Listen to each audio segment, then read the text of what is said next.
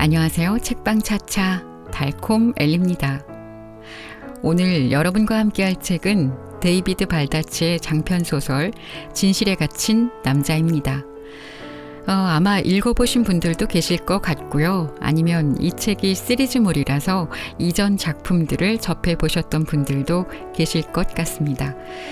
데이비드 발다치는 전 세계 88개국에서 출간한 그의 책이 1억 3천만 부가 판매된 세상에서 가장 성공한 범죄 소설가입니다. 주로 스릴러와 미스터리 장르의 작품을 쓰는 작가죠. 이 책의 주인공의 이름은 에이머스 데커인데요. 그래서 데커 시리즈로 불리기도 하죠. 배경 설명을 좀 하자면 주인공인 데커는 한때 미식축구 선수로 이름을 날렸던 인물입니다. 그러다 머리에 큰 부상을 당하게 되면서 과잉기억 증후군을 앓게 되죠. 과잉기억 증후군을 앓게 되면 본인이 원하든 원하지 않든 모든 기억을 잊을 수가 없게 됩니다. 어찌 보면 그런 증상이 신의 축복이라 여길 수도 있겠지만 그에게는 절대 그렇지 않습니다. 어느 날 갑자기 일가족이 살해당하는 불운을 겪게 되는데 그 기억을 너무도 생생하게 매일같이 떠올리게 되니 그에게 있어서 과잉기억 증후군은 축복이 아닌 저주와도 같이 느껴지게 된 것이죠. 이러저러한 우여곡절을 겪으며 그는 그의 비상한 능력을 바탕으로 검거율 최고의 형사가 되고 현재는 FBI와 함께 일하게 되었습니다. 더 자세한 내용을 소개하게 되면 스포일러가 될 수도 있으니까요. 이 정도만 할게요. 이 책 진실에 갇힌 남자는 데커 시리즈의 5번째 작품입니다. 이전 시리즈에 비해서 더 스케일이 커지고 더 탄탄한 스토리텔링을 가지고 있고 또 빠른 속도감으로 반전을 거듭하며 높은 몰입도를 지니고 있습니다. 궁금하시죠? 네, 그럼 오늘의 책 진실에 갇힌 남자 지금부터 시작할까요?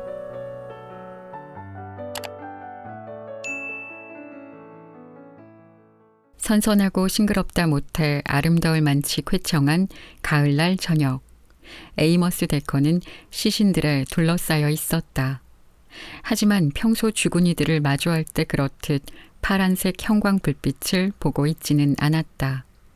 그리고 여기엔 타당하기 그지없는 설명이 존재했다. 이들 중 최근에 사망한 사람은 아무도 없다는 것. 데커는 고향인 오하이오주 벌링턴에 돌아와 있었다. 한때는 좋은 시절을 누렸던 낡은 공장 도시. 얼마 전까지는 펜실베니아주의 또 다른 러스트벨트 타운에 있었는데 그곳에서 데커는 간발의 차이로 죽음을 피했다. 만일 자신에게 선택권이 있다면 당분간 그런 지뢰밭은 피하고 싶었다. 물론 남은 평생 쭉 그럴 수 있다면 더 좋겠지만 다만 그런 선택권은 지금 이 순간의 데커에게 없었다. 데커가 벌링턴에 온 이유는 오늘이 딸인 몰리의 14번째 생일날이라서였다. 정상적인 상황이라면 행복한 날, 축하해야 할 날이었으리라.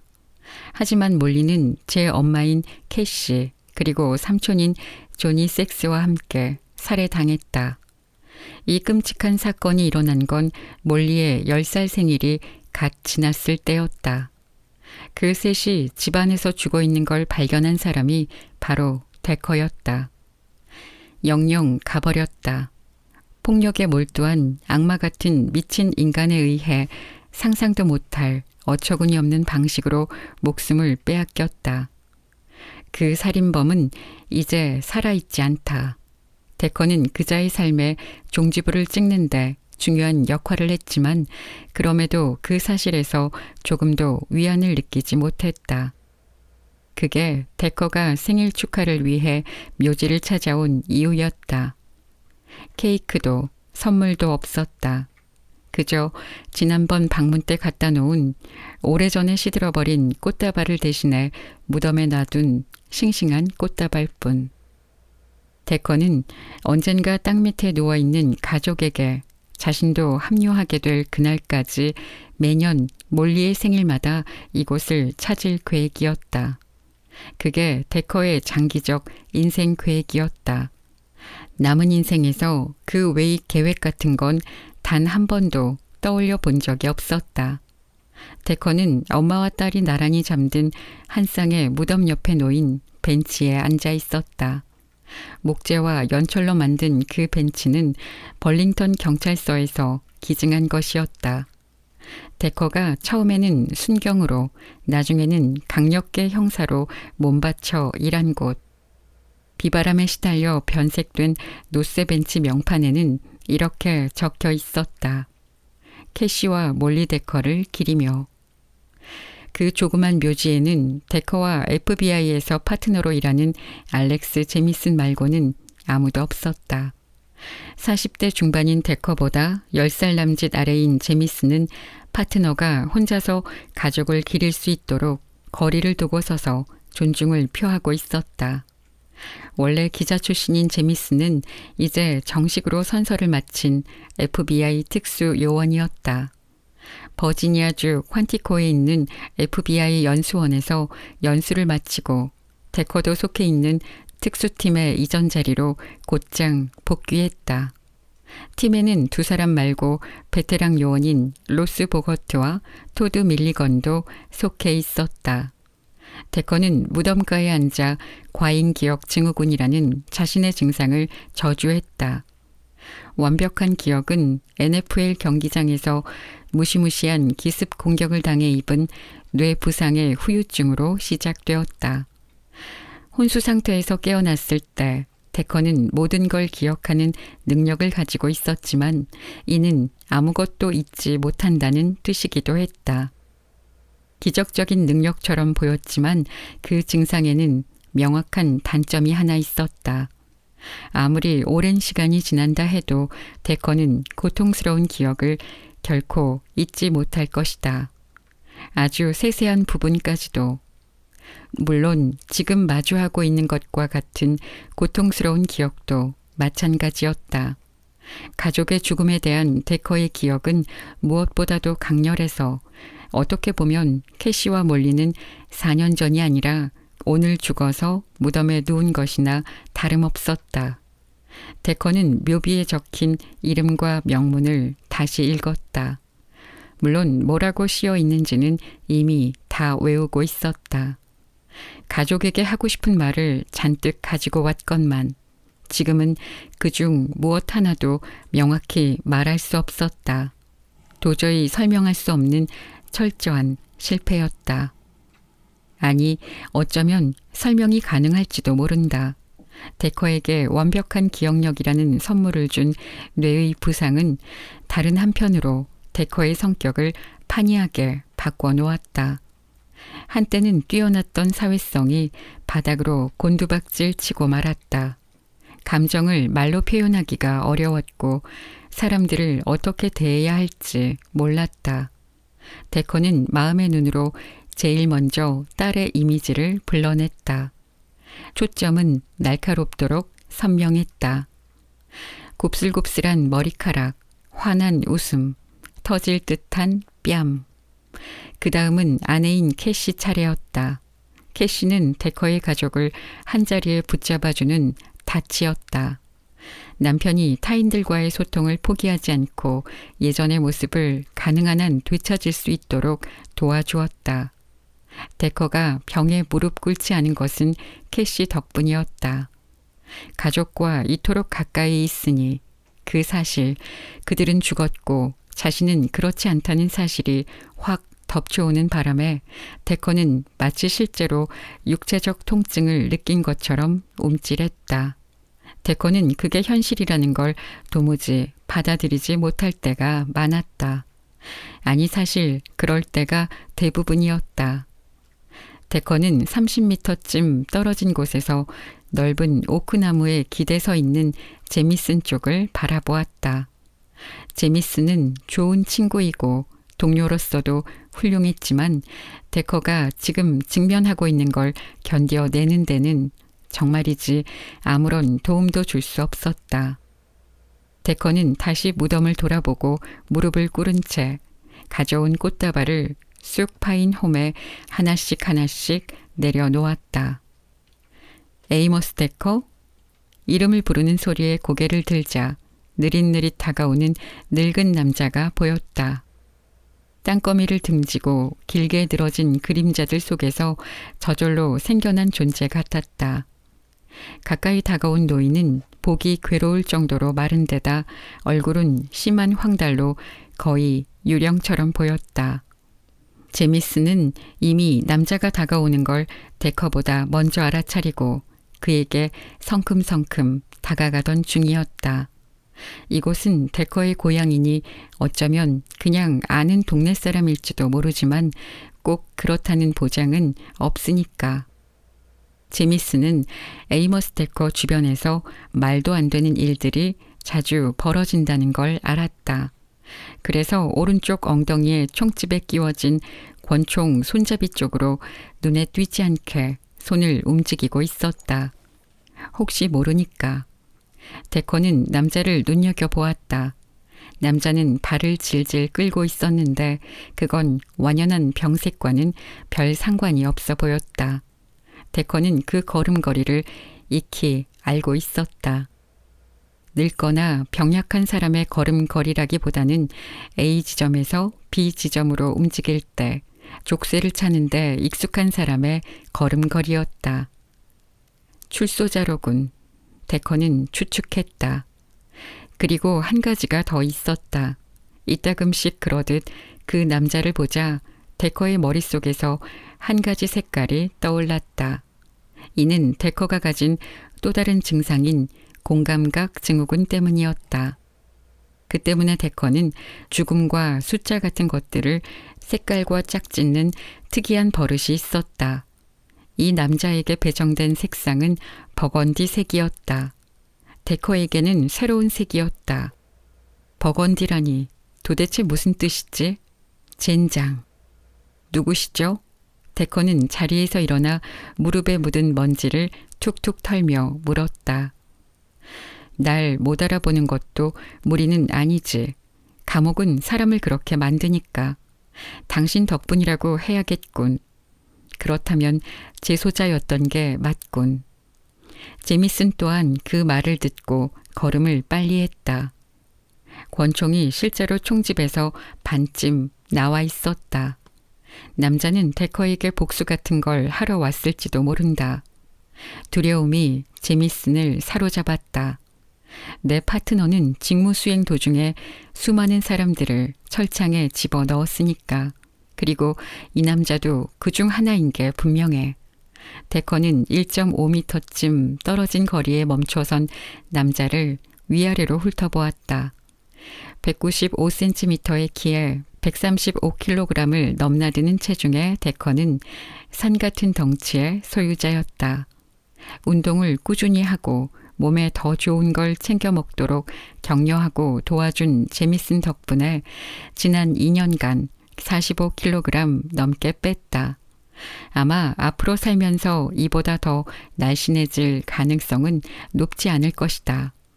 남자는 키가 180cm를 살짝 넘어 보였지만 데커는 눈대중으로 남자의 몸무게가 기껏해야 60kg을 넘지 않을 거라고 생각했다. 몸통 둘레가 데커의 한쪽 허벅지와 대략 맞먹었다. 가까이서 보니 피부는 마치 갈갈이 찢어지기 직전인 양피지처럼 버석거렸다. 남자는 가래를 카악 하고 끌어올린 후 옆으로 몸을 틀어 신성한 땅에 내뱉었다. 정말 내가 누군지 모르겠나? 그 희한한 기억력인지 뭔지 하는 게 있다고 들은 것 같은데. 데커가 말했다. 그건 누구한테 들었습니까? 당신의 옛 파트너, 메리 랭커스터? 남자는 고개를 끄덕였다. 그 친구가 당신이 여기 있을지도 모른다더군. 그 친구가 왜 그런 말을 했을까요? 내 이름은 메릴 호킨스 1세. 마치 그로써 자신이 왜 여기 왔는지에 대한 설명이 끝났다는 투였다. 데커의 턱이 약간 아래로 처졌다. 호킨스는 이 반응에 웃음을 떠올렸지만 그 웃음은 눈까지 가닿지 않았다. 남자의 엷고 흔들림 없는 눈동자에는 아주 약간의 생명력밖에 남아있지 않은 듯 보였다. 이제야 내가 기억났나 보지? 감옥에서 어떻게 나온 거죠? 당신은 가석방 없는 종신형인데. 제미슨이 다가와 데커와 호킨스 사이를 가로막았다. 호킨스가 제미슨을 보고 고개를 끄덕였다. 당신이 새 파트너로군. 알렉스 제미슨. 랭커스터한테 당신 이야기도 들었지. 남자의 시선이 다시 데커를 향했다. 당신 질문에 답하자면 난 말기암이라 감옥에서 나왔지. 암 중에서도 최악이야. 췌장암. 5년 이상 생존율은 바닥이라고 의사들이 그러더군. 그것도 화학요법이랑 방사선요법이랑 온갖 거지 같은 것들을 모조리 받는다고 쳤을 때 얘기야. 난 그중 한 가지도 받을 돈이 없고. 남자의 손이 얼굴로 올라갔다. 황달. 이게 생기면 맞서 싸우기엔 너무 늦었다는 뜻이지. 그리고 전이도 있고. 말이 좀 어려운가? 암이 내 몸을 구석구석 갉아먹고 있다는 뜻이지. 이제는 뇌까지 올라왔대. 난 지금 9회 말이야. 더 말할 것도 없이 끝났지. 망할, 어쩌면 일주일도 안 남았을지 몰라. 그게 왜 당신을 풀어줄 이유가 되죠? 제미슨이 물었다. 호킨스가 어깨를 으쓱했다. 그 작자들 말로는 인간적 석방이라나? 보통은 수감자 쪽에서 신청해야 하는데 자기들이 서류를 들고 내 깜빵을 찾아왔더군. 내가 그걸 작성하면 그쪽에서 의사한테 승인을 받고 그 다음엔 빠이빠이. 그게 말이지 주당국이 내 치료비를 대기 싫었던 거야. 난 그 사설 교도소라는 데 있었는데 거기서는 주당국에 비용 결제를 올리지만 항상 승인이 떨어지는 건 아니거든. 돈이 드니까. 적자가 나니까. 어차피 이젠 내가 위험해 보이지도 않을 테고. 난 48세 때 감옥에 들어갔는데 이제는 70이 됐어. 나도 알아. 100살은 먹은 것처럼 보이지. 그냥 걸어다니고 말을 하는 것만으로도 약을 잔뜩 주입받아야 해. 지금은 이러고 있지만 나중에는 몇 시간 동안 내리 토하다가 그 후 약을 잔뜩 먹으면 잠깐은 잠들 수 있겠지. 제미슨이 말했다. 당신이 처방 진통제를 복용 중이라면 누군가 도와주는 사람이 있다는 거네요. 처방전이라고 누가 그래? 아닌데.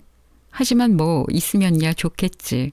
내가 길거리에서 마약을 산다고 해서 그 사람들이 날 도로 감옥에 잡아넣을 것도 아니지만 난 유지비가 보통 드는 몸이 아니라고. 남자는 킥킥거렸다. 그걸 알았으면 진즉 암에 걸리는 건데. 당신이 밖에 있으면 아무런 도움도 못 받는다는 뜻인가요? 제미슨이 믿기지 않는다는 투로 물었다. 호스피스 병동에서 받아줄 거라고 했지만 내가 무슨 수로 거기까지 가겠어. 그리고 가고 싶은 마음도 없고. 난 여기 있고 싶어. 호킨스는 말을 마치고 데커를 빤히 보았다. 나한테 원하는 게 뭡니까? 데커가 물었다. 호킨스가 손가락으로 데커를 가리켰다. 당신은 날 감옥에 넣었어. 하지만 당신이 틀렸어. 난 무죄야. 그건 다들 하는 말 아니에요? 제미슨의 말투에는 불신이 가득 담겨 있었다. 호킨스는 다시 어깨를 으쓱하며 남들이 뭐라 하든 내 알 바 아니고 라고 대꾸하고는 데커를 돌아보았다. 랭커스터는 내가 무죄라고 생각해. 난 못 믿겠는데요. 데커가 말했다. 직접 물어봐. 당신이 어디 있는지 나한테 말해준 게 그 친구니까. 호킨스는 말을 멈추고 어두운 하늘을 바라보았다. 당신은 잘못을 바로잡을 기회를 한 번 더 얻었어. 어쩌면 내가 아직 살아있는 동안 해낼 수 있을지도 모르지. 아니라도 괜찮아. 당신이 해내기만 하면 난 무죄로 기억될 테니까. 호킨스는 마지막 문장을 엷은 웃음과 함께 덧붙였다. 데커는 지금 FBI에 협조 중이에요. 제미슨이 끼어들었다. 벌링턴은 더는 이 사람의 관할 구역이 아니에요. 당신 사건도 그렇고요. 호킨스는 아연실색한 표정이었다. 당신이 진실에 관심 있다고 들었는데, 데커. 내가 잘못 들은 건가? 그런 거라면 이 먼 곳까지 공연히 헛걸음을 했군. 데커가 아무런 대꾸도 하지 않자 호킨스는 종이 한 장을 꺼냈다. 난 앞으로 이틀 밤은 더 이곳에 있을 거야. 당신이 당신 가족을 죽인 진범을 찾아낸 건 잘된 일이야. 하지만 자네는 아무 죄가 없으면서도 여전히 죄의식을 느끼지. 망할 그 기분이 어떤 건지 난 잘 알아. 등을 돌려 천천히 무덤 사이로 걸어가던 호킨스는 마침내 어둠에 완전히 잠겨버렸다. 제미스는 데커를 돌아보았다. 좋아요. 난 이게 어떻게 된 상황인지 감도 안 잡히지만 그래도 말이 안 돼요. 저작자는 그냥 당신을 가지고 놀려는 거예요. 죄의식을 느끼게 만들려는 거죠. 그것도 당신이 모처럼 가족이랑 같이 시간을 보내려고 하는데 굳이 여기까지 찾아와서 엉덩이를 들이밀다니 정말 말도 안 된다고요. 데커는 종이장을 내려다 보았다. 그 표정으로 미루어 이제 일말의 의혹이 데커의 머릿속에 스며든 게 틀림없었다. 데커를 지켜보던 제미슨의 얼굴에 낙담이 서서히 내려앉았다. 만나러 갈 생각이군요. 맞죠? 우선 그 전에 만나야 할 사람이 있어요. 데커는 현관에 혼자 서 있었다. 제미슨에게는 따라오지 말라고 부탁해 두었다. 혼자 오는 편이 낫겠다고 생각한 데는 몇 가지 이유가 있었다. 데커는 40년도 더 전에 지어진 여러 층으로 된 이 집을 구석구석까지 기억했다. 단순히 완벽한 기억력 때문만은 아니었다. 이 집이 데커가 예전에 가족과 함께 살던 집과 한 틀에서 찍어낸 듯 완벽하게 닮아있기 때문이었다. 메리 랭커스터가 남편인 그리고 딸인 샌디와 함께 여기서 산 기간은 랭커스터가 벌링턴 경찰서에서 일한 기간과 대략 맞먹었다. 그리고 데커가 이곳에서 일한 기간 역시 대략 동일했다. 업무 시간이 정해져 있지 않은 종합 건설업자였는데 샌디가 특수아동이라 늘 엄청난 시간과 관심이 필요한 탓이었다. 가족의 주 수입원 역할은 오랫동안 메리가 맡아왔다. 데커는 계단을 올라가 문 앞에 섰다. 노크를 하려는 순간 문이 열렸다. 색바랜 청바지에 피처럼 붉은 스웨트 셔츠를 입고 진청색 운동화를 신은 랭커스터가 문간에 서 있었다. 한때는 백금발이었지만 이제는 흰머리로 뒤덮인 머리카락은 어깨 위로 힘없이 늘어뜨린 채였다. 아래로 내린 손에는 담배를 쥐고 있어서 연기가 또리를 틀며 가느다란 허벅지 위로 피어오르는 게 보였다. 얼굴은 마치 지문처럼 쪼글쪼글한 주름으로 뒤덮여 있었다. 데커와 동갑이건만 10년은 더 늙어 보였다. 어쩌면 오늘 밤쯤 찾아오지 않을까 생각하던 참이었어. 랭커스터가 흡연자 특유의 걸걸한 목소리로 말했다. 얼른 들어와. 예전에 랭커스터가 총 쥐는 손인 왼손에 수전증이 있었음을 아는 데커는 눈길이 그리로 쏠렸다. 하지만 지금은 눈에 띄지 않았다. 좋아, 잘된 일이야. 랭커스터가 뒤돌아서자 데커는 집으로 들어가 등 뒤로 문을 닫았다. 앞장서 가는 너무나 작은 몸집의 랭커스터를 따라가는 자신의 커다란 덩치가 마치 항구로 안전하게 이끄는 예인선을 따라가는 화물선 같지 않을까 하는 생각이 들었다. 아니 어쩌면 암초로 이끄는 것일지도 모르지만 아직은 어느 쪽인지 알 수 없었다. 데커는 또한 늘 딱 봐도 말랐던 랭커스터가 이제 더욱 비쩍 말랐음을 알아차렸다. 마치 옷걸이가 몇 개나 끼워져 있는 것처럼 헐렁한 옷 밖으로 뼈가 이상한 각도로 튀어나와 있었다. 금연검은 이제 약발이 다 됐나 봐. 데커가 메리의 불붙은 담배를 응시하며 물었다. 두 사람은 거실에 앉았다. 장난감, 신문 뭉치, 열린 종이 상자가 나뒹구는 비좁은 공간은 혼돈 그 자체였다. 하지만 메리의 집이 늘 이런 식이었음을 데커는 모르지 않았다. 데커가 벌링턴을 떠나기 전에 집 청소 서비스를 이용하기 시작했지만 그것도 좀 애로사항이 있었다. 어쩌면 이 가족은 그냥 쓰레기장에 사는 게 더 낫다고 결론 내린 것일까. 메리는 카메를 한 모금 빨고 콧구멍으로 연기를 내보냈다. 하루에 딱 한 개비만이야. 대략 이 시간쯤에, 그것도 얼과 샌디가 밖에 나가 있을 때만. 그 후 페브리즈로 집을 온통 도배하지. 데커는 한 모금 들이마시고 기침을 했다. 그럼 도배가 좀 덜 된 것 같은데? 메릴 호킨스를 만난 모양이지? 데커가 고개를 끄덕였다. 내가 어디 있는지 너한테 들었다던데. 맞아. 무분별한 짓이었어. 내가 타운에 왜 왔는지 알면서 너한테 미리 알려줬잖아. 메리는 뒤로 기대앉아 손톱으로 피부를 극적거렸다. 나도 아무 생각 없이 그런 건 아니야. 네가 알고 싶어 할 거라고 생각했어. 호킨스는 네가 자기를 믿는다던데. 아직 거기까진 아니고 그냥 그자의 주장도 일리가 있다고 했지. 그 주장이 정확히 뭔데? 그 사람이 무고한 게 아니라면 왜 죽음을 앞둔 지금 굳이 여기까지 와서 우리한테 자기 누명을 벗겨달라고 부탁하겠어.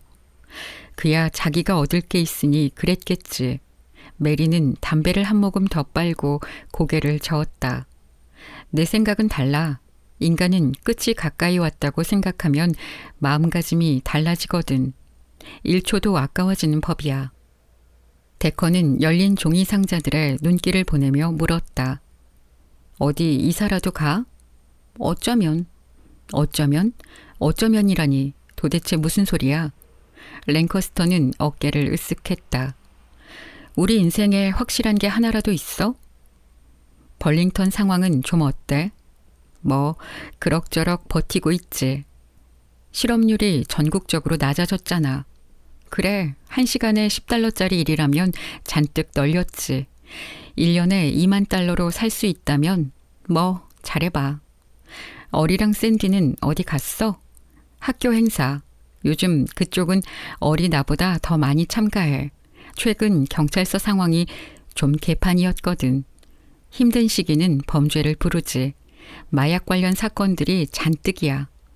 그래, 그렇게 되더군. 호킨스는 왜 널 보러 온 거래? 우리가 그 사건을 함께 해결했잖아, 데커. 처음 맡은 살인 사건이었지. 그 사람 언제 나왔대? 정말 말기야? 보기엔 확실히 그래 보이던데. 이틀 전에 어슬렁어슬렁 서로 들어왔지 뭐야.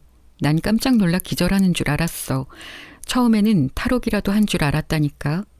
그 남자가 하는 말을 그대로 믿은 건 아니지만 곧장 감옥에다 확인했지. 암에 관해 한 말은 진짜였어. 그리고 석방도. 말기 환자를 그냥 혼자서 죽으라고 쫓아내도 되는 거야? 그게 비용 절감을 위한 좋은 전략이라고 생각하는 사람들이 있는 건 확실해. 이틀 더 여기 머물 거라고 나한테 그러던데.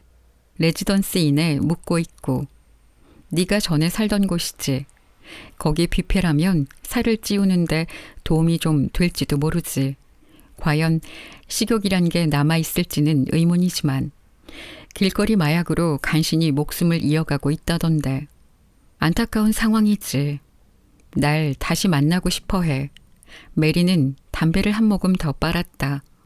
그렇겠지. 그자가 날 보러 묘지에 왔었어. 랭커스터는 황홀한 표정으로 담배를 다시 한 모금 빨아들인 후 탁자에 놓인 재터리에 비볐다. 갈망하는 눈길이 꽁초 위를 맴돌았다.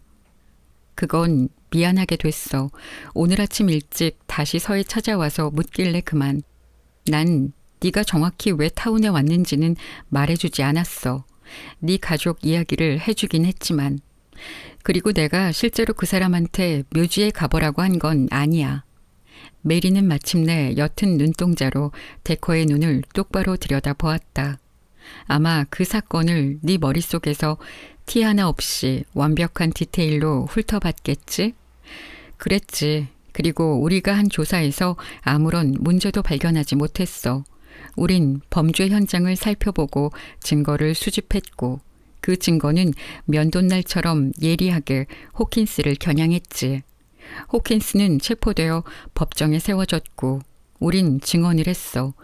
호킨스의 변호사가 변론을 맡아 우리 둘을 뼈까지 발라낼 기세로 교차 검증을 했고 그 결과 배심원단은 유죄 판결을 냈지.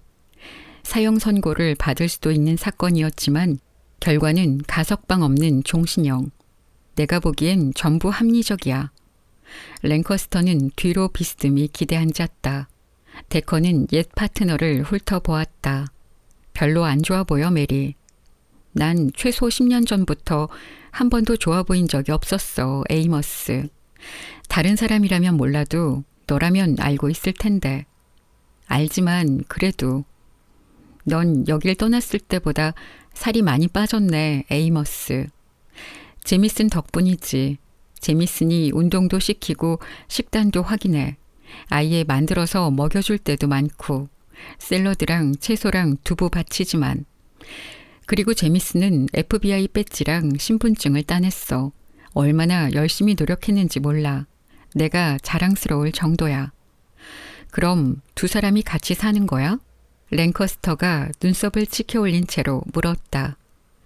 둘 다 DC의 같은 아파트에 살고 있긴 하지. 다시 물어볼게. 둘이 직장 동료 이상의 관계야? 그러기엔 내 나이가 너무 많잖아, 메리. 그건 내 질문에 대한 대답이 아닌데. 혹시 모를까봐 하는 말인데 세상에는 한참 어린 여자랑 사는 늙은 남자가 잔뜩 널려 있어. 아니, 우린 직장 동료 이상은 아니야. 알았어. 메리가 앞으로 몸을 숙이고 물었다. 그건 그렇고 호킨스는? 도대체 왜 의심을 품어야 하는데? 그건 자명한 사건이었어. 어쩌면 좀 지나치게 자명했지. 그건 억지야. 증거라도 있으면 모를까. 그런 건 없지. 그리고 호킨스가 하는 말이 진실인지 아닌지도 난 몰라. 그냥 그 남자가 죽음을 코앞에 둔 상황에서 누명을 벗겠다고 여기까지 돌아왔으니까 어쩌면 다시 한번 들여다볼 가치는 있지 않나 싶을 뿐이야. 데커는 그다지 납득하지 못한 표정이었지만 이렇게 물었다. 좋아. 지금 시간 어때? 뭔 소리야? 랭커스터가 화들짝 놀란 얼굴로 되물었다. 살인사건 현장으로 다시 가보자. 비록 너무 오래전 일이긴 하지만 누가 거기 이사 들어오진 않았겠지. 그런 일이 있었으니. 데커는 잠깐 뜸을 들였다가 덧붙였다. 내 예전 집과 마찬가지로. 그건 네 생각이 틀렸어. 네 옛집에는 실제로 이사 들어온 사람이 있거든. 데커의 입이 쩍 벌어졌다. 누가? 핸더슨 부부라고 어린 딸이 하나 있어. 아는 사람들이야? 그건 아니고 내가 아는 건 그 가족이 한 6개월 전에 그 집으로 이사 왔다는 것 뿐이야. 그럼 살인사건이 일어난 집은? 거기도 누가 살아? 한 5년쯤 전에 누가 이사 들어오긴 했지. 하지만 1년 전에 플라스틱 제조 공장이 문을 닫고 중서부의 다른 공장들과 마찬가지로 해외로 이전하면서 이사 갔어. 그 후로는 쭉 빈집이야. 데커가 자리에서 일어섰다. 좋아, 갈래? 옛날로 돌아간 기분일 거야. 여기서 더 옛날로 돌아가고 싶은지는 잘 모르겠는데? 그렇게 받아치긴 했지만 랭커스터는 데커를 따라 일어나 벽에 고리에 걸려있던 외투를 집어들었다. 그리고 호킨스가 말한 게 진실로 밝혀지면 어쩌지? 문으로 향하는 도중에 랭커스터가 물었다. 그럼 진범이 누군지 우리가 알아내야지. 하지만 거기까지 생각하긴 아직 일러. 한참 이르지. 넌 이제 여기서 일 안 하잖아, 데커. 이렇게 오랜 세월이 지났는데 지금 여기서 살인범을 찾아내는 건 네 일이 아니야. 살인범을 찾아내는 건 내 유일한 일이야. 그자들이 어디 있든 간에. 리처즈 가족의 집. 13년 전의 범죄 현장. 차 바퀴 자국이 깊이 파인 자갈길이 집을 향해 이어졌다. 넓이가 축구장 2개쯤 되는 더부룩한 덤불이 무성하게 자란 시들어버린 잔디밭에 자리한 막다른 골목. 길 오른편과 왼편으로 각각 집이 두 채씩 있고 다 쓰러져가는 리처지의 집은 그 끝에 처박혀 있었다. 이 동네는 당시에도 으스스하고 외딴 곳이었지만 10년이 지난 지금은 더욱 그랬다. 데커의 차가 집 앞에 서고 두 사람은 차에서 내렸다. 랭커스터는 살짝 몸을 부르르 떨었는데 쌀쌀한 밤 공기 때문만은 아니었다. 그리 많이 바뀌지 않았군. 데커가 말했다. 여기 살았던 가족이 떠나기 전에 집수리를 좀 하긴 했어. 필요했으니까. 페인트 칠이랑 카펫 정도? 대체로 내부를 손봤지. 이 집은 오랫동안 버려져 있었어. 나라도 그런 일이 일어난 집에서 살고 싶진 않을 테니까. 은행가가 왜 이런 집에 살았을까? 그 사람은 대출 담당 직원이었어. 특히 벌링턴 같은 곳에서는 벌이가 쥐꼬리 수준이었지. 그리고 이 집이 내 집보다는 훨씬 커 데커. 대지도 훨씬 넓고. 두 사람은 집 앞 현관으로 다가갔다.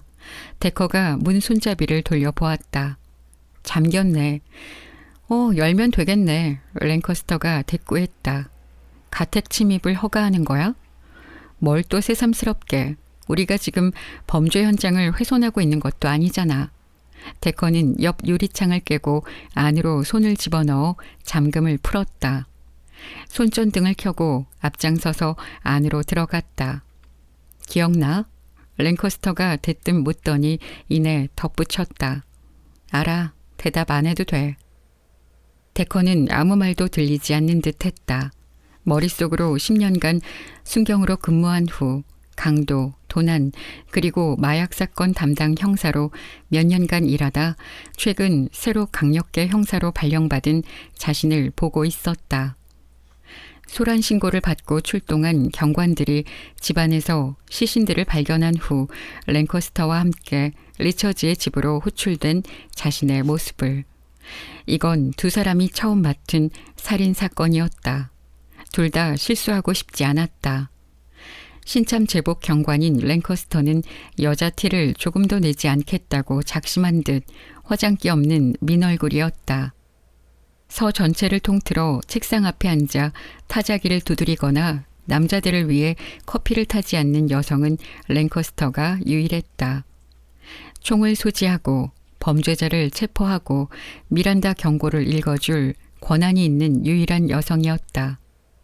그리고 다른 방법이 절대 존재하지 않을 경우에는 그들의 생명을 빼앗을 권한도.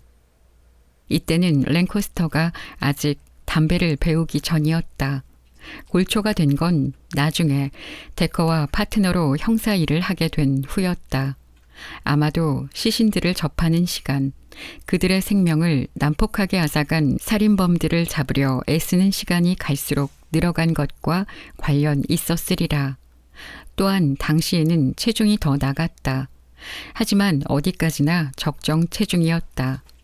랭커스터는 적어도 서너 가지는 되는 다양한 접근 방식을 세워서 범죄 현장에 임하는 침착하고 방법론적인 경찰의 모범으로 인정받았다. 그 무엇도 랭커스터를 흔들어 놓지 못했다. 랭커스터는 순경 시절부터 뛰어난 자기관리로 여러 차례 칭찬받았다. 그리고 모두가 무사히 현장을 빠져나왔다. 메리는 형사로 일하는 동안에도 동일한 방식으로 처신했다. 한편 데커는 역대 벌링턴시 경찰복을 입은 놈들 중 제일 별난 놈으로 통했다. 하지만 법 집행자로서 데커가 가진 어마어마한 잠재력을 무시할 수 있는 사람은 아무도 없었다. 그리고 그 잠재력은 데커가 형사가 되어 메리 랭커스터와 파트너가 되면서 완전히 꽃피웠다. 두 사람은 맡은 사건을 해결하는데 실패한 적이 단 한 번도 없었다. 그건 규모를 막론하고 다른 모든 경찰서들이 부러워할 만한 기록이었다. 신참 때 함께 연수를 받은 덕분에 두 사람은 전부터 서로를 알고 있었지만 형사가 되어 제복을 벗고 사복을 입기 전까지는 업무 면에서 그리 마주칠 일이 많지 않았다. 그리고 이제 랭커스터는 거실 한쪽 구석에 선 채 그날 밤의 기억 속으로 한 걸음 한 걸음 걸어 들어가는 데커를 지켜보고 있었다. 이 집에서 소란이 일어났다는 신고가 경찰 무전으로 들어왔어. 신고가 접수된 건 9시 35분. 5분 후에 경찰차 2대가 현장에 도착했지. 출동 경관들은 주변을 확인하고 1분 후 집에 진입했어. 앞문은 잠겨있지 않았지. 데커는 방 안의 다른 지점으로 움직였다. 피해자 1번, 데이비드 카츠가 여기서 발견됐지. 데커는 부엌으로 통하는 문간의 한 지점을 가리키며 말을 이었다. 나이 35세, 2방. 처음은 왼쪽 관자놀이, 다음은 뒤통수. 직사했어. 데커는 문 바로 옆에 다른 지점을 가리켰다. 여기서 맥주병이 발견됐지. 카츠의 지문이 찍혀 있었고 깨지지는 않았지만 맥주가 바닥에 온통 쏟아져 있었지. 카츠는 이곳의 식당 주인이었어. 아메리칸 그릴. 랭커스터가 덧붙였다. 이 집에 찾아온 손님이었지. 그리고 카츠가 범행의 목표였다는 증거는 전혀 없었고 데커가 말했다. 전혀 없었지. 랭커스터가 동의했다. 잘못된 때에 잘못된 곳에 있었던 거지. 오제이 심슨 사건의 론 골드먼처럼. 정말이지 내가 그 남자였으면 운도 참 더럽게 없다고 생각했을 거야. 두 사람은 부엌으로 들어갔다. 바닥에는 캐비넷에 여기저기 찍힌 지저분한 리놀륨이 깔려 있었고 녹이 쓴 싱크대가 보였다. 피해자 2번 도널드 리처즈. 다들 돈이라고 불렀지. 44세, 은행 대출계 직원. 심장에 총상이 한 군데 있었고 여기 쓰러져 있었지. 역시 직사. 랭커스터가 고개를 끄덕였다. 카츠가 아메리카 그릴을 개업하기 위해 대출을 받으러 은행을 찾아가면서 거기서 일하던 리처즈와 안면을 텄고 도로 거실로 나온 데커는 2층으로 이어지는 계단을 올려다보며 말했다. 이제 두 피해자가 남았지. 두 사람은 계단을 올라 2층으로 갔다. 이 두 침실. 데커는 서로 마주보는 두 문을 가리킨 후 왼편 문을 밀어 열고 안으로 들어갔다. 랭커스터도 뒤따랐다. 피해자 3번. 데커가 말했다. 에비게일, 에비 리처즈, 12살. 목이 졸린 채 침대에서 발견됐지. 묶음실 징후가 남은 것으로 미루어 밧줄 비슷한 게 사용된 듯 했고 살인범은 그걸 가져갔어. 아이는 직사한 게 아니었어. 데커는 지적했다. 그래, 맹렬히 저항했지. 그리고 메릴 호킨스의 DNA가 여자의 손톱 밑에 있었고 그렇게 말하는 데커의 말투는 날카로웠다. 그러니 어찌 보면 그 아이가 범인을 이긴 셈이지. 데커는 메리를 지나쳐서 방을 나와 복도 맞은편 침실로 갔다. 랭커스터도 뒤따랐다. 데커는 한 지점으로 가서 벽을 등지고 선 채 말했다. 피해자 4번 프랭키 리처즈, 14세, 벌링턴 고등학교에 막 입학한 참이었지. 바로 여기 바닥에서 발견됐어. 심장에 한 방. 우린 방에 숨겨놓은 마약용품 몇 가지와 꽤 큰 현찰을 발견했고 그 애가 단순히 마약을 복용한 것만이 아니라 거래도 했을 거라고 추정했어. 그래서 공급책을 추적해서 칼 스티븐슨을 붙잡았지. 하지만 놈은 피람이라 네 사람을 죽일 만한 동기는 절대 없었을 거야. 그리고 철벽 같은 알리바이가 있기도 했고. 데커가 고개를 끄덕였다. 좋아, 우린 10시 21분에 호출됐어. 그리고 14분 후 차로 이 집에 도착했지. 데커는 벽에 몸을 기댄 채 창밖으로 보이는 거리를 내려다 보았다. 이웃집은 네 집, 두 집에는 그날 밤 사람이 있었지만 뭔가 보거나 들은 사람은 없었어. 살인범은 아무도 모르게 여기 왔다가 떠났지.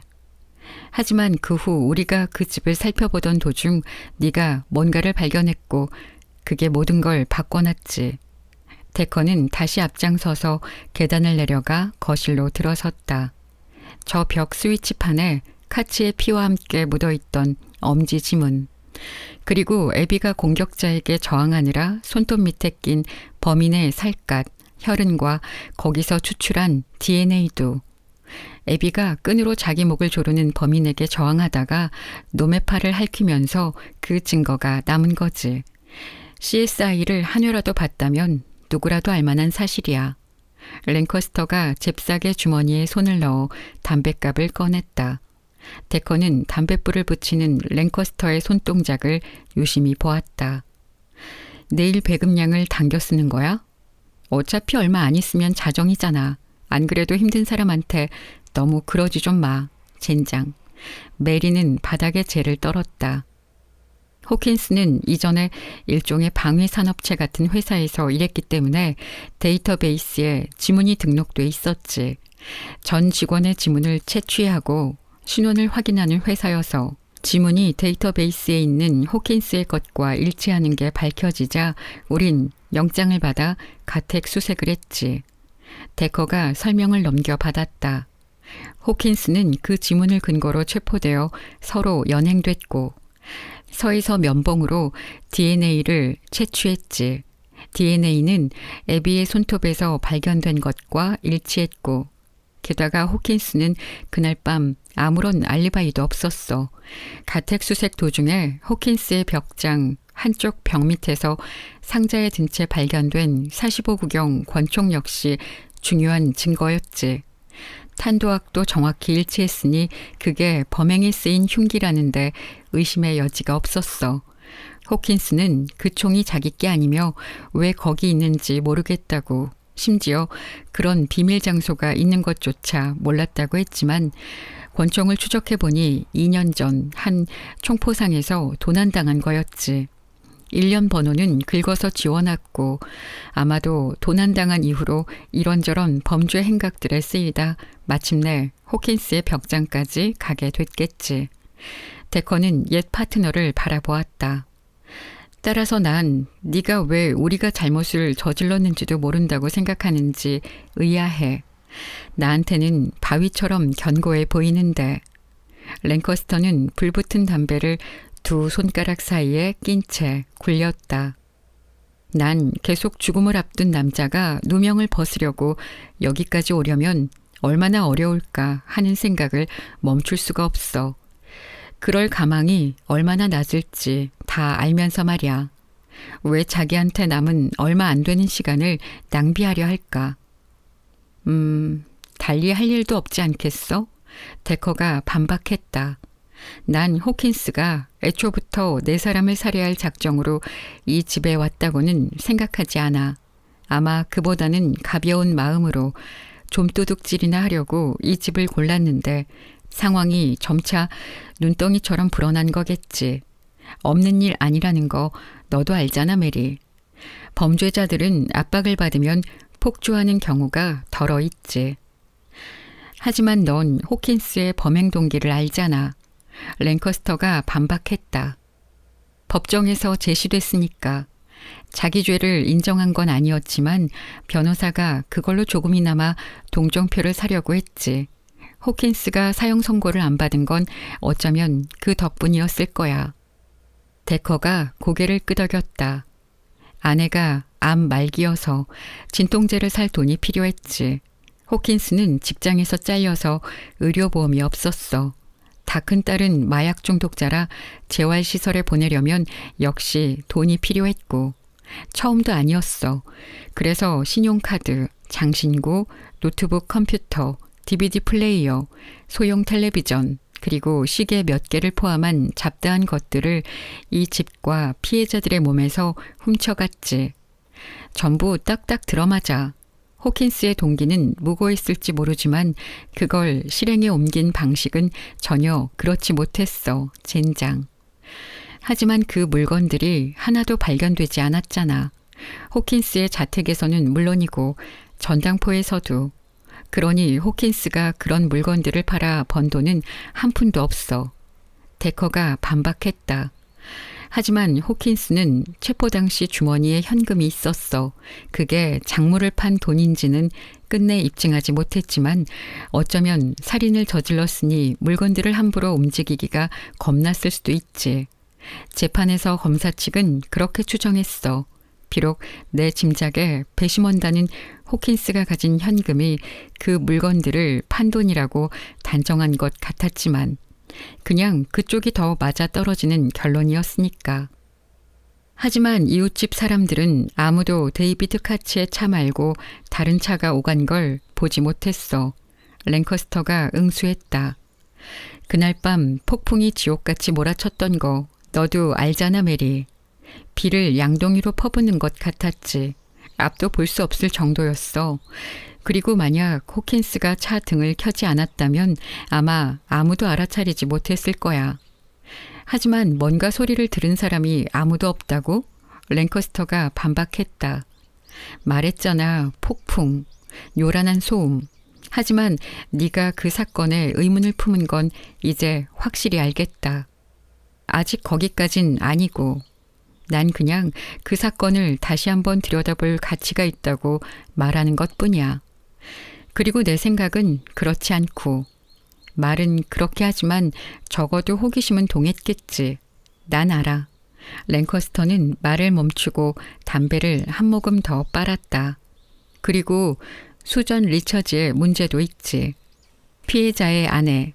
그날 5시경에 집을 나와 볼일을 몇 가지 보고 학부모 모임에 참석한 후 친구 2명하고 저녁 식사를 하고 술을 마셨지. 모두 입증됐어. 그리고 11시에 귀가해 우리가 거기 있는 걸 보고 무슨 일이 일어났는지 알자 히스테리에 빠졌고 네가 그 사람을 제압해야 했지. 안 그랬으면 아마 자해했을 거야. 딱히 죄의식을 느끼는 사람의 행위는 아니었지. 그리고 돈 리처즈가 다니던 은행에서 나오는 생명보험금은 고작 $50,000였어. 거기 훨씬 못 미치는 돈에도 살인을 저지르고 남을 사람이 수두룩하지. 너도 잘 알잖아. 데커가 말했다. 그럼 가자. 어디로? 어디 다른 데라도 있어? 메릴 호킨스를 만나봐야지. 레지던스인 앞에 차를 세운 순간 기시감이 데커를 엄습했다. 이 모텔은 가족이 살해당한 집에서 쫓겨난 후 데커가 얼마간 지내던 거처였다. 그리 변한 건 없었다. 예전부터 거지 같았고 이제는 더욱더 거지 같아졌다. 사실 아직도 무너지지 않았다는 사실이 놀라울 정도였다. 두 사람은 안으로 들어갔다. 데커의 시선이 왼편에 있는 조그만 식당을 향했다. 데커를 사설 탐정으로 고용하려는 고객을 만날 때 비공식 사무실로 이용하던 곳이었다. 그러고 보면 비교적 짧은 시간 동안 먼 길을 걸어온 셈이었다. 데커는 얼마든지 다른 길로 갈 수도 있었다. 더 호화스러운 레지던스인으로 이사 오기 전에 잠깐 지냈던 월마트 주차장의 종이 상자에서 과식으로 뇌졸중을 일으켜 그대로 죽었을 수도 있었다. 그런 생각을 하고 있는데 누군가가 로비로 나와 데커를 맞았다. 제미슨이었다. 데커는 조금도 놀란 기색을 보이지 않았다. 제미슨은 랭커스터에게 고개를 끄덕여 아른 체를 하고 데커의 표정을 읽은 후 말했다. 내가 여기 나타날 걸 짐작했나 봐요. 안 하진 않았죠. 데커가 대꾸했다. 이곳 주소가 적힌 종이를 당신한테 보여줬으니까. 그 살인 사건에 관해 기본적인 것들을 온라인으로 찾아봤어요. 제미슨이 말했다. 꽤 철벽 같아 보이던데요. 방금 그 이야기를 하던 참이었어요. 랭커스터가 말했다. 하지만 어쩌면 철벽에 녹이 좀 슬었을지도 모르죠. 랭커스터는 제미슨의 엉덩이에 걸쳐진 배지를 곁눈질했다. 이제 진짜 백이 FBI 요원이 됐다면서요? 축하해요. 고마워요. 당연한 수순인 것 같았어요. 그냥 데커를 좀 더 잘 관리하기 위해서라도요. 행운을 빌어요. 난 결국 실패했으니까. 내 배지는 안 먹히더라고요. 호킨스는 14호실에 있어. 데커가 끼어들었다. 위층이야. 일행은 한 줄로 서서 2층으로 올라갔다. 방은 복도 중간쯤에 있었다. 데커는 노크를 하고 반응이 없자 다시 했다. 호킨스 씨, 에이머스 데커입니다. 방 안에서는 아무 소리도 들려오지 않았다. 어디 나갔나 봐요. 제미슨이 말했다. 갈 데가 어디 있겠어요? 데커가 물었다. 랭커스터가 확인해보고 올게 하고는 서둘러 계단을 내려갔다 1분쯤 지나 돌아왔다. 안내데스크 직원 말로는 2시간쯤 전에 들어와서 나가지 않았다는데 데커는 문을 더 세게 두드렸다. 호킨스 씨, 괜찮으세요? 데커는 두 사람을 보았다. 아파서 못 나오는 건가? 죽어서 못 나오는 걸지도. 랭커스터가 대꾸했다. 암 말기니까. 그냥 기절했을지도 모르잖아요. 제미슨이 말했다. 아니면 약물 과용이나. 우리한테 통증 때문에 길거리 마약을 한다고 했거든요. 그런 건 어떤 부작용이 있을지 예측할 수가 없죠. 데커는 손잡이를 돌려보았다. 문은 잠겨 있었다. 어깨를 문에 단단히 대고 연거푸 밀쳤다. 데커의 결코 가볍지 않은 체중에 압박을 받은 문은 휘어지다가 벌컥 열렸다. 일행은 방 안으로 들어가 둘러보았다. 호킨스는 침대 맞은편 의자에 정자세로 앉아 있었다. 사망한 게 분명했다. 하지만 호킨스를 데려간 건 암이 아니었다. 이마 중앙에 박힌 총알이었다. 이미 죽은 거나 다름없는 남자가 살해당했다. 마치 지독히 재미없는 농담의 첫마디 같군. 말기암인 어차피 며칠이나 몇 주 있으면 죽을 남자가 총탄에 의해 남은 길을 서둘러 가게 되다니. 데커는 메릴 호킨스의 방벽에 몸을 기댄 채 2인조 감식반이 전문적 작업을 수행하는 것을 지켜보며 그런 생각을 했다. 응급 구조사들이 이미 와서 사망을 선언했다. 그 후 검시관이 와서 그들에게 빤한 사실을 알려주었다. 뇌의 총상으로 인한 죽음. 사출구는 없었다. 아마도 소구형 권총이겠지만 그 총구가 비교적 모른 관역을 직선으로 겨누면 대형 매그넘보다 덜 치명적일 것도 없다. 검시관의 말에 따르면 즉사였다. 고통은 없었다. 하지만 그게 정말인지 과연 누가 확신할 수 있지? 데커는 생각했다. 시간을 거슬러가 피해자에게 물어볼 수 있는 것도 아닌데. 실례합니다.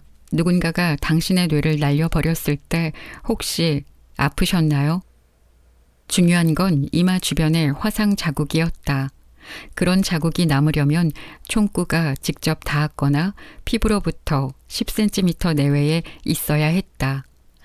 뜨거운 쇠를 건드렸을 때 남는 화상 자국으로 쇠가 2m쯤 떨어져 있다면 그런 흔적이 남을 수 없다. 이 경우에는 방화쇠가 당겨지면서 총이 내품은 뜨거운 기체가 남긴 흔적이리라. 데커는 감식반을 지휘 중인 랭커스터를 곁눈질했다. 문 밖에서는 제복 경관 둘이 지루하고 지친 표정으로 자리를 지키고 있었다. 다른 벽에 기대서서 감식 작업을 지켜보는 제미슨의 눈빛은 흥미로 생동감을 띄었다. 마침내 랭커스터가 데커에게 다가가는 것을 본 제미슨 역시 재빨리 두 사람에게 합류했다. 진술을 받았어. 뭔가 보거나 들은 사람이 아무도 없대. 호킨스가 리처지의 집에 가서 그들을 살해했을 때와 똑같군. 데커가 말했다. 옆방에는 양쪽 모두 사람이 없어. 그리고 만약 범인이 총의 소음기를 사용했다면 내가 여기 살았을 때는 절대 제대로 잠기지 않는 뒷문이 하나 있었어. 데커가 말했다. 살인범은 그 뒷문으로 안내데스크 직원 눈에 띄지 않고 들락날락할 수 있었을 거야. 그건 내가 확인하라고 할게. 호킨스의 문은 네가 열기 전까지 잠겨 있었어. 어쩌면 호킨스가 살인범을 들여놨을지도 모르죠. 제미슨이 말했다. 그리고 이 문은 나가면서 닫으면 자동으로 잠겨요. 사망 시각은요? 검시관의 추정 시각은 11시에서 자정 사이예요. 데커는 시계를 확인했다. 그건 우리가 조금만 일찍 왔어도 마주칠 수 있었다는 뜻이로군. 우리가 리처지의 집에 가기 전에 여길 먼저 왔다면. 이제 와서 그런 말 해봐야 무슨 소용이야. 랭커스터가 핀잔을 주었다. 데커? 데커는 자신을 부르는 소리에 뒤돌아 파란 작업복에 부츠를 신은 여자를 내려다 보았다. 30대 중반으로 보이는 여자는 머리가 붉고 콧등에 죽은 꾀가 점점이 찍혀 있었으며 움직임이 어딘가 흐느적거리는 느낌이었다. 켈리 페어웨더, 데커가 말했다. 여자가 웃음을 지었다. 우와, 날 기억하다니. 뭐 당연한 거죠. 데커는 그냥 사실을 말한다는 투였다. 페어웨더는 죽은 남자를 건너다 보고 말했다. 이런, 난 저 사람 기억해요. 랭커스터가 두 사람의 대화에 끼어들었다. 맞아요. 당신은 리처드의 범죄 현장도 작업했죠? 난 그 해에 일을 처음 시작했어요. 살인 피해자 4명, 그중 2은 아이였죠. 첫 신고식을 꽤 만만하게 치렀달까요? 여긴 어쩐 일이에요, 데커? 그냥 뭘 좀 알아보는 중입니다. 행운을 빌어요.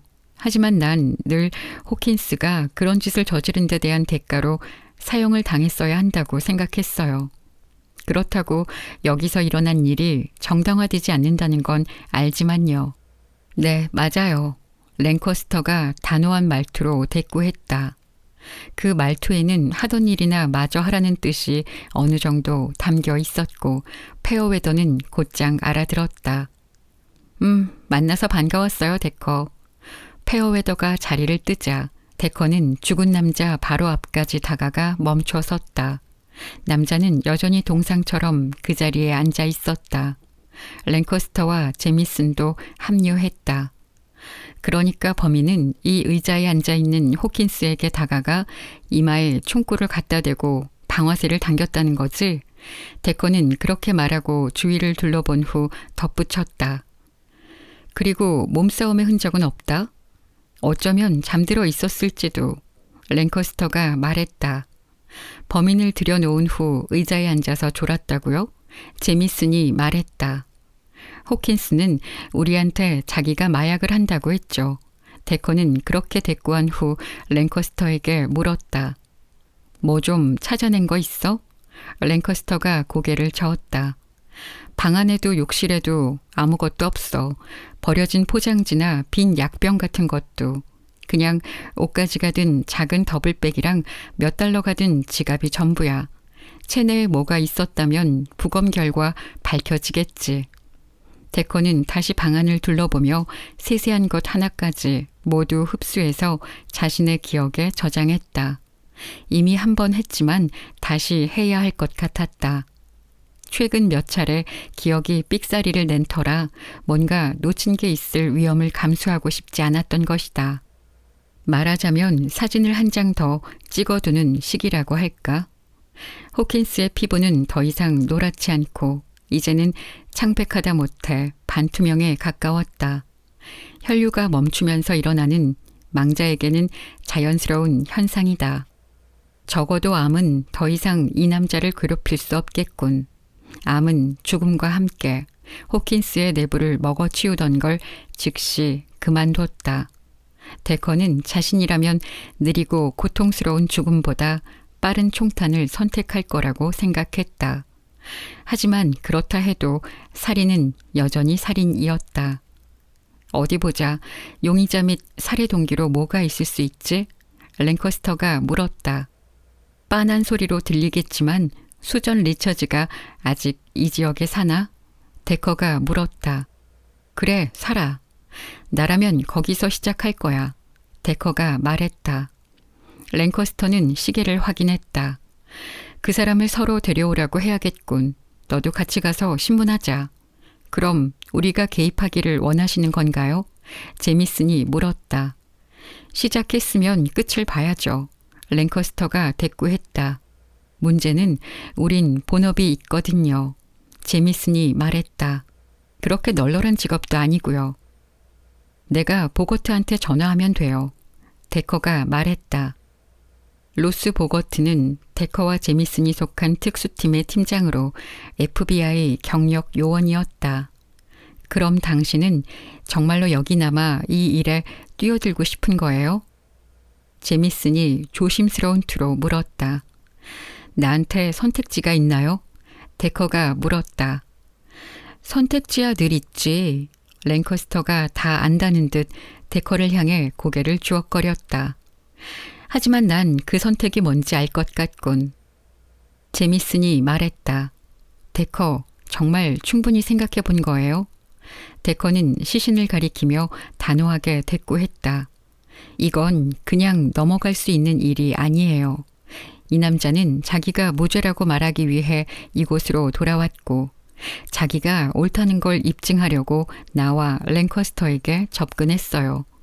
그런데 방금 누군가한테 살해당했고요. 당신이 말했듯 범인은 수전 리처즈일 수 있잖아요. 호킨스가 죽인 남자의 아내. 그럴 수도 있고 아닐 수도 있죠. 데커는 등을 돌려 걸어 나갔다. 랭커스터는 제미슨을 보았다. 어떤 것들은 절대 변하지 않네요. 저 친구처럼. 누가 아니래요. 제미슨이 지친 말투로 대답했다. 로스 보거트는 말했다. 이건 받아들일 수 없어, 데커. 내 말은 절대 용납할 수 없는 일이라고. 데커는 벌링턴 경찰서로 향하는 차 안에서 통화 중이었다. 자네 입장은 이해해, 로스. 이해 같은 소리 집어치워. 난 이미 멜빈 마스 사건 때 자네가 독자적으로 활동하게 해줬어. 그 후 베런빌에 남아서 사건을 해결하고 싶다고 했을 때는 알렉스의 가족과 관련된 일이니까 그러라고 했고.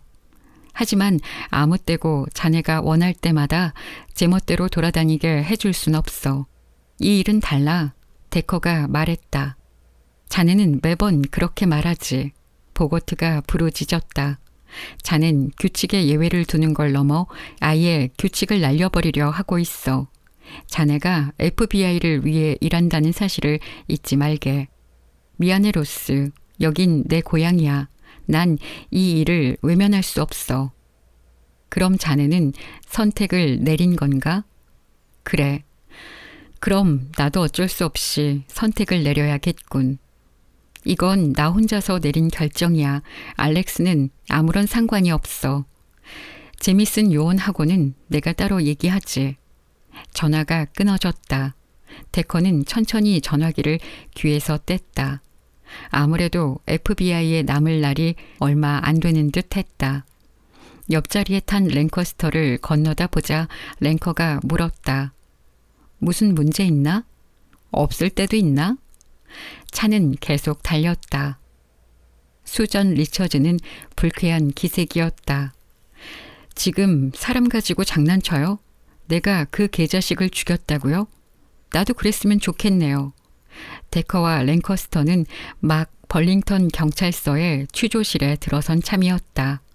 보거트에게서 그 사건을 맡으라는 허가가 떨어지지 않아서 제미슨은 자기 호텔 방으로 돌아가 있었다. 그리고 그 허가는 나지 않을 게 분명했다. 어쩌면 보거트가 이미 제미슨에게 연락했을지도 모른다.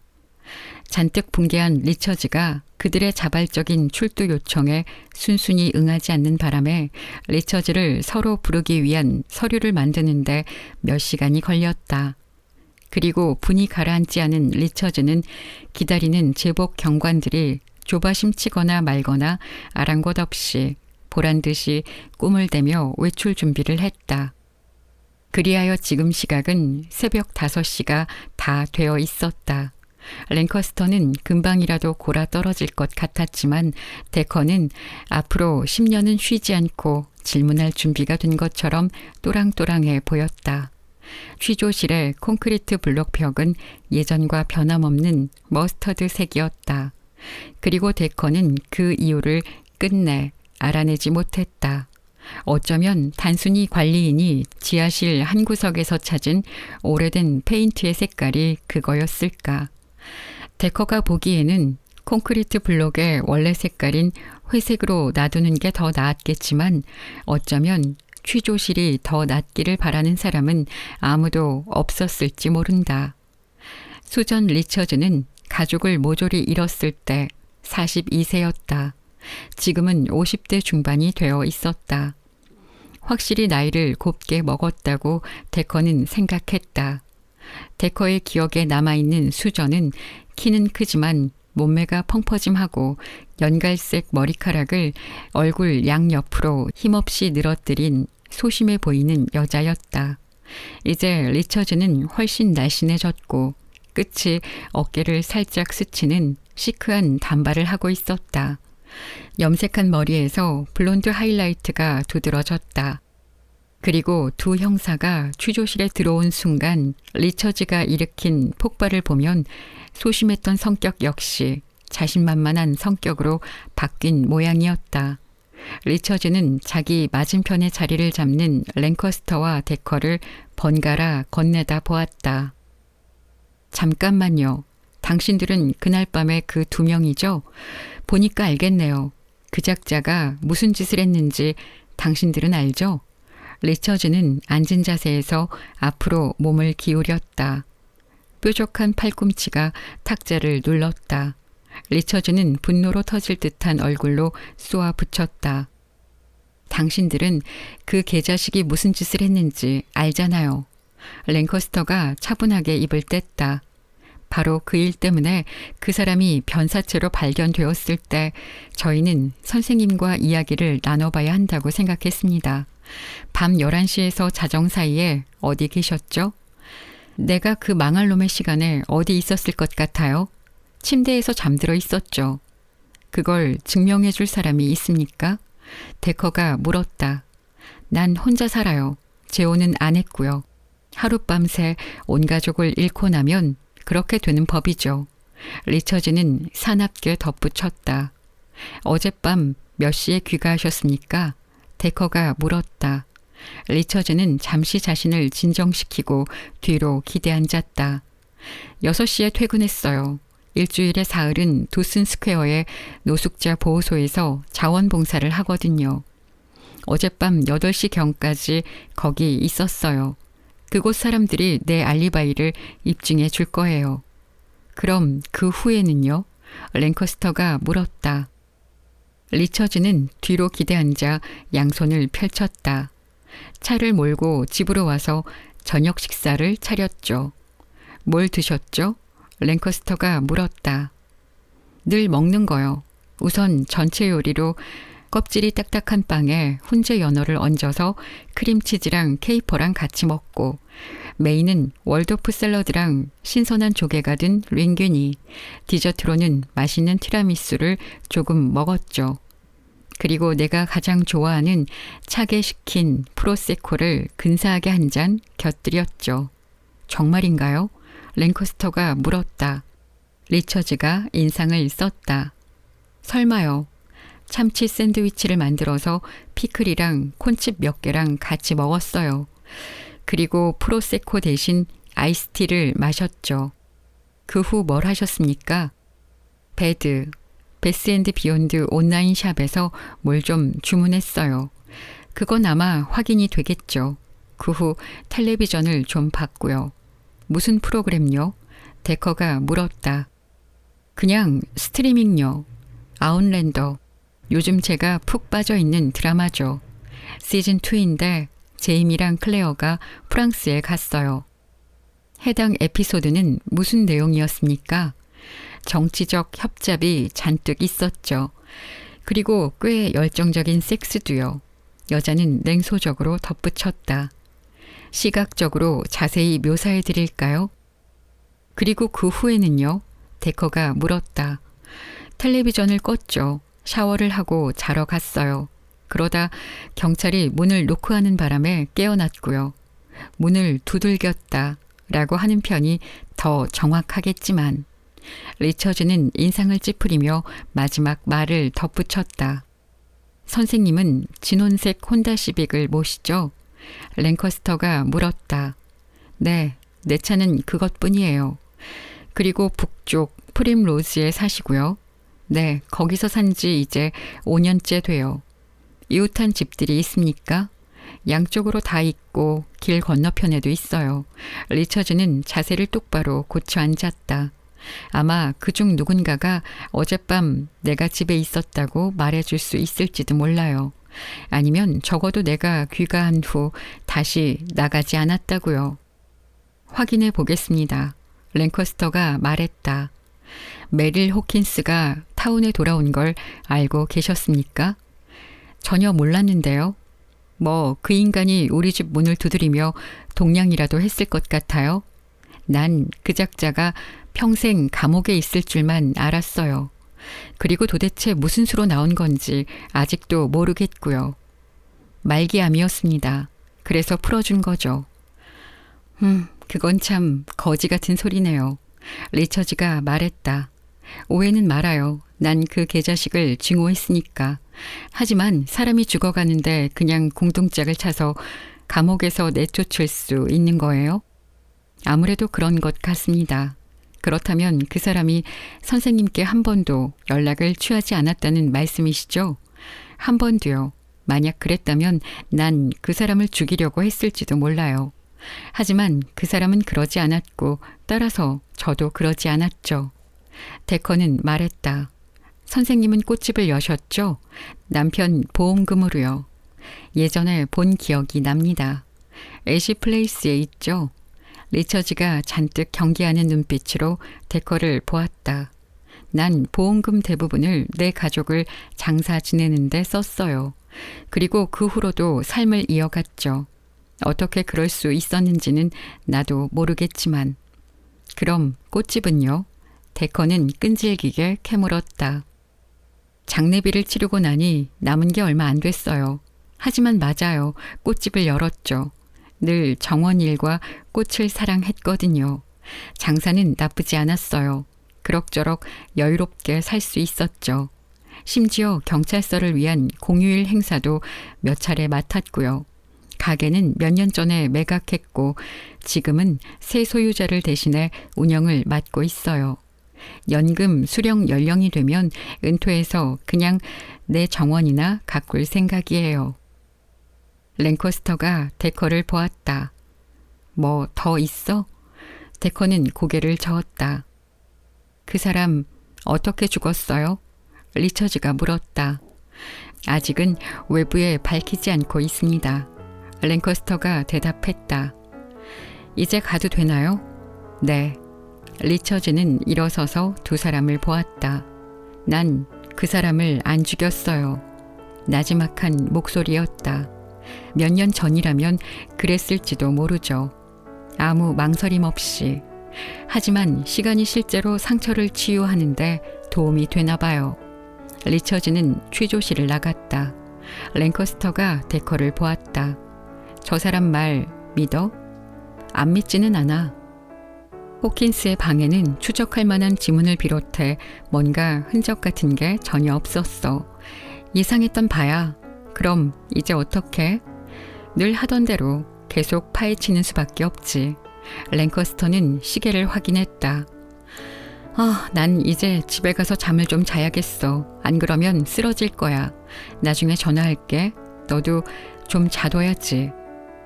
데커도 일어나 랭커스터를 따라 방을 나섰다. 바깥으로 나오자 랭커스터가 말했다. 숙소까지 태워다 줄까? 고맙지만 좀 걷고 싶어. 그리 멀지도 않고. 랭커스터가 웃음 지었다. 다시 같이 일하니까 좋네. 그 생각 오래 안 갈지도 몰라. 네 방식이라면 이미 익숙한 나야. 지금이야 그렇게 말하겠지. 데커는 뒤돌아 새벽 여명을 향해 걸어갔다. 재미있게 들으셨나 모르겠습니다. 막 흥미진진한데 갑자기 끝나버려서 아쉽고 궁금하시죠? 저는 그 뒷이야기도 알고 있지만 스포일러를 하면 안 되니까 말씀드리진 않겠습니다. 궁금하신 분들은 직접 책으로 확인해 보시기 바랍니다. 딱 한 가지만 스포를 하자면 이 이야기의 마지막을 보면 이 시리즈는 아직 끝나지 않았습니다. 후속작이 나온다는 이야기겠죠. 저는 전편들을 읽어보진 않았는데요. 물론 이 책이 전편들을 읽어보지 않아도 이야기의 흐름을 따라가는데 문제는 없지만 그래도 궁금해서 전편들을 찾아서 읽어봐야겠습니다. 개인적으로 저는 스릴러 장르, 범죄 수사물 이런 것들을 워낙에 좋아하거든요. 영화나 드라마도 그런 장르의 작품들을 즐겨 보고요.